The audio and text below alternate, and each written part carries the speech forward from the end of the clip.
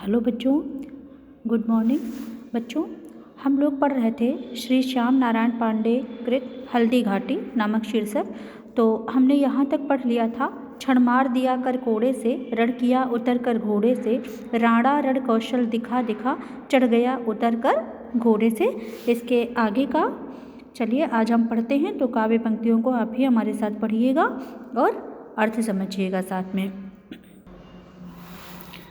हाँ बच्चों, क्षण भीषण हलचल मचा दिया, राणा कर की तलवार बढ़ी, था शोर रक्त पीने का यह, रणचंडी जीभ पसार पड़ी। क्षण भीषण हलचल मचा दिया।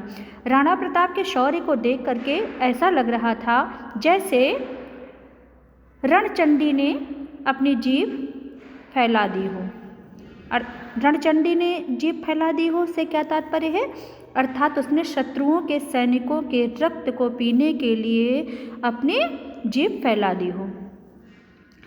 और उस समय जब यह युद्ध हो रहा था तो राणा प्रताप का यानी महाराणा प्रताप का जो खूंखार रूप था, जो भयंकर रूप था, वो देखने योग्य था।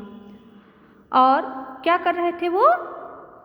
तलवार चला चला करके वो मुगल सैनिकों को क्षण भीषण हलचल मचाने का क्या तात्पर्य है?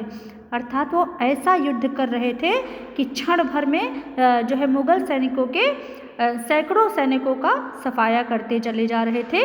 और यही कारण था कि मुगल सैनिकों के सेना में क्या मच गई थी? खलबली मच गई थी। क्षण भीषण हलचल मचा राणा कर की तलवार बढ़ी। अर्थात महाराणा प्रताप जब अपने हाथों से तलवार भांज करके युद्ध कर रहे थे तो उनका रूप अत्यंत ही भयंकर था, देखने योग्य था, खूंखार था।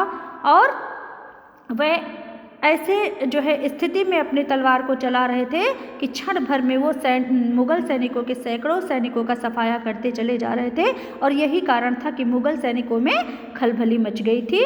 था शोर रक्त पीने का यह, रणचंडी जीभ पसार पड़ी। इसका हम पहले बता चुके हैं, लेकिन फिर से देख लीजिए तारतम्यता में। तो था शोर रक्त पीने का यह कैसी हलचल थी? शत्रुओं के सैनिकों के रक्त पीने की यह हलचल थी। और ऐसा प्रतीत हो रहा था जैसे रणचंडी ने क्या कर दिया हो? शत्रुओं के सैनिकों के रक्त की पिपासा उसको अत्यधिक बढ़ जाने के कारण उसने जो है अपनी जीभ फैला दी हो। अर्थात रणचंडी ने अपनी जीभ फैला दी हो। किस लिए फैला दी हो? शत्रुओं के सैनिकों का रक्त पीने हेतु। ठीक है बच्चों, तो इसमें भी काव्यगत सौंदर्य वैसा ही होगा जैसा ऊपर की पंक्तियों में था। चलिए हम इसके बाद वाली पंक्तियां भी आज पढ़ लेते हैं। इसके बाद क्या हुआ बच्चों?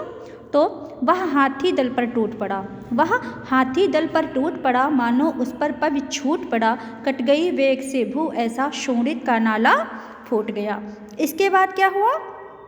वह हाथी दल पर टूट पड़ा। इसके बाद महाराणा प्रताप ने हाथियों के दल पर धावा बोल दिया। क्या कर दिया?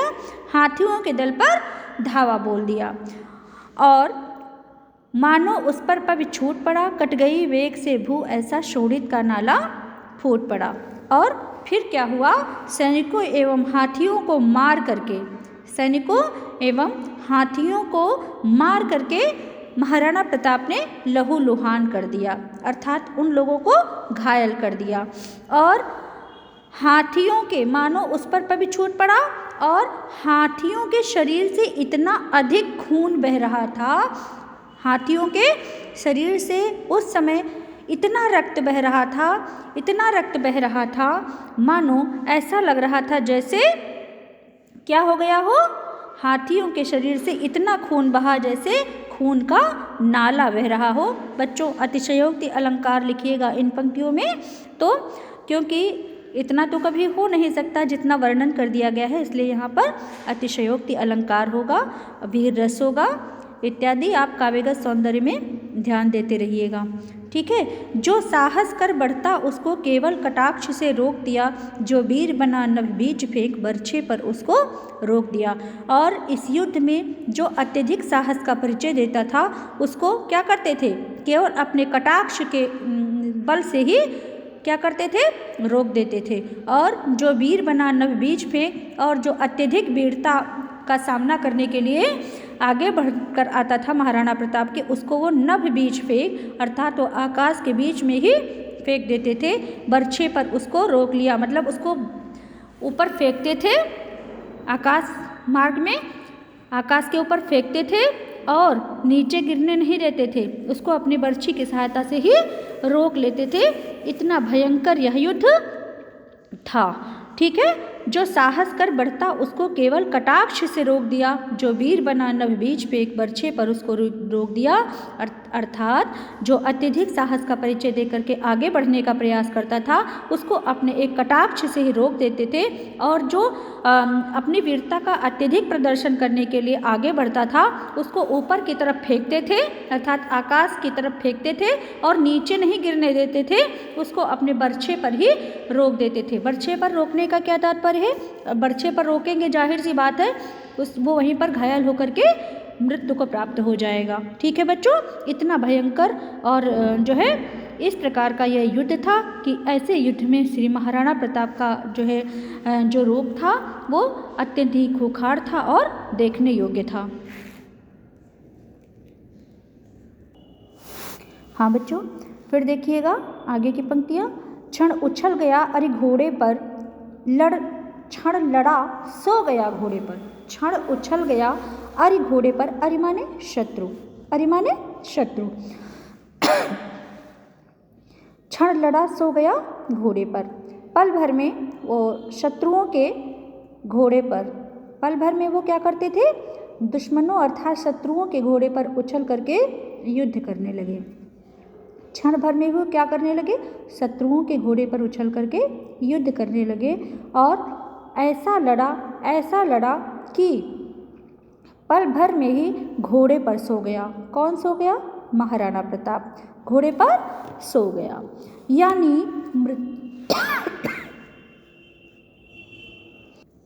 हाँ बच्चों, फिर से देख लीजिए ऊपर से। क्षण उछल गया अरि घोड़े पर लड़ गया, क्षण लड़ा सो गया घोड़े पर, पल भर में वह शत्रु घोड़े पर उछलकर युद्ध करने लगा। जब शत्रुओं के जो सैनिक थे वो उछलकर घोड़े पर उछलकर युद्ध करने लगे और ऐसा युद्ध किया, ऐसा लड़े कि पल भर में ही घोड़े पर सो गए। घोड़े पर सोने का तात्पर्य क्या है? कि मृत्यु को प्राप्त हो गए। और बैरी दल से लड़ते लड़ते अर्थात शत्रुओं की सेना से लड़ते लड़ते क्षण खड़ा हो गया घोड़े पर। कभी महाराणा प्रताप घोड़े पर खड़े हो जाते थे तो कभी भूमि पर उतर कर युद्ध करते थे और क्षण में गिरते रुंडों से, मदमस्त गजों के शुंडों से, पलक झपकते ही धड़ गिरते चले जा रहे थे। धड़ किसको कहते हैं? रुंड शब्द जो आया है इसका मतलब होता है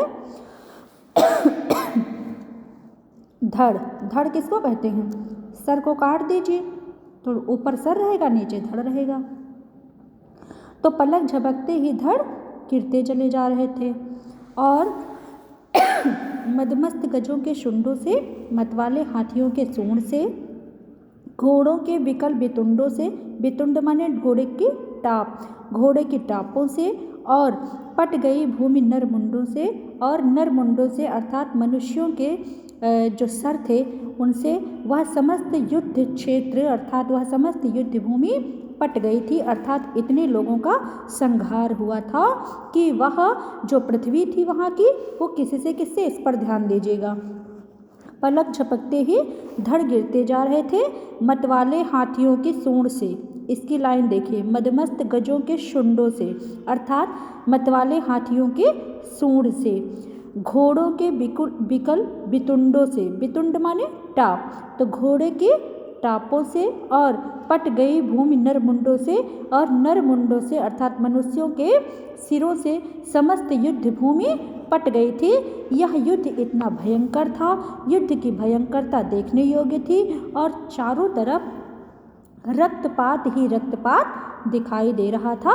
ऐसा जो है युद्ध वहाँ का उस समय का भयंकरता को प्राप्त हो रहा था। बच्चों, पूरे कविता में ही वीर रस की छटा विद्यमान है और रक्तपात एवं हिंसा का वर्णन हुआ है। महाराणा प्रताप का शौर्य एवं पराक्रम परिलक्षित होता है प्रस्तुत पंक्तियों में। फिर देखिएगा बच्चों, ऐसा रणराड़ा करता था पर उसको था संतोष नहीं, क्षण आगे बढ़ता था वह पर कम होता था रोष नहीं। महाराणा प्रताप इतना भयंकर युद्ध कर रहे थे लेकिन फिर भी उनको तनिक भी संतोष की प्राप्ति नहीं हो पा रही थी, अर्थात तो संतोष प्राप्त नहीं कर पा रहे थे। किंतु इतने पर भी उन्हें क्या नहीं प्राप्त हो रहा था? संतोष नहीं, उन्हें संतोष की प्राप्ति नहीं हो पा रही थी। क्षण क्षण आगे बढ़ता था वह पर कम होता था रोष नहीं। वो पल पल आगे बढ़ते जा रहे थे, अग्रसर हो रहे थे युद्ध भूमि की ओर, लेकिन फिर भी उनका क्रोध तनिक भी कम नहीं हो रहा था। रोष माने क्रोध, तो उनका क्रोध तनिक भी कम नहीं हो पा रहा था। कहता था लड़ता मान कहाँ, और वो क्या करना चाहते थे? वो मुगल सैनिकों का सफाया करना चाहते थे,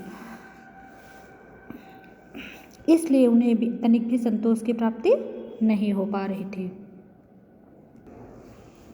कहता था लड़ता मान कहाँ, और वो यही कहते जा रहे थे कि देश का दुश्मन मान सिंह कहाँ है। क्यों ऐसा कह रहे थे बच्चों, ये भी जानिए। क्योंकि जो अकबर थे उन्होंने इस हल्दी घाटी के युद्ध का जो नेतृत्व था उसकी जिम्मेदारी सलीम यानी अपने पुत्र सलीम और मान सिंह को दी थी। तो इसीलिए मान सिंह उस युद्ध का नेतृत्व मुगल सैनिकों की तरफ से कर रहे थे।